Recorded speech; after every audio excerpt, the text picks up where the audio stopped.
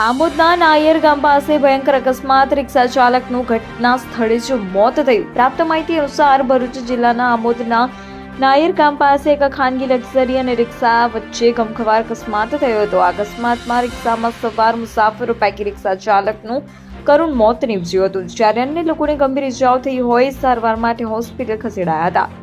આમોદના નાયર ગામ પાસે petrol pump નજીક આજે વહેલી સવારે આછોદ ગામના અહેમદભાઈ ગામના લોકોને ખાનગી વર્દી લઈ મનુબર ગામે જતા હતા, ત્યારે નાયર ગામ નજીક એક ખાનગી લક્ઝરી બસ અને રિક્ષા વચ્ચે ગમખ્વાર અકસ્માત સર્જાયો હતો, જેમાં રિક્ષા ચાલક અહેમદભાઈનું ઘટના સ્થળે જ મોત થઈ ગયું હતું, જ્યારે અન્ય 5 મુસાફરો ઇજાગ્રસ્ત થતા તાત્કાલિક સારવાર માટે ખસેડવામાં આવ્યા હતા. બીજી તરફ ખાનગી લક્ઝરી બસ અકસ્માત સર્જી ગટરમાં પલટી મારી હતી. જોકે લક્ઝરી બસમાં કોઈ પણ કંપનીમાં જતી હોવાની પ્રાથમિક માહિતી મળી હતી.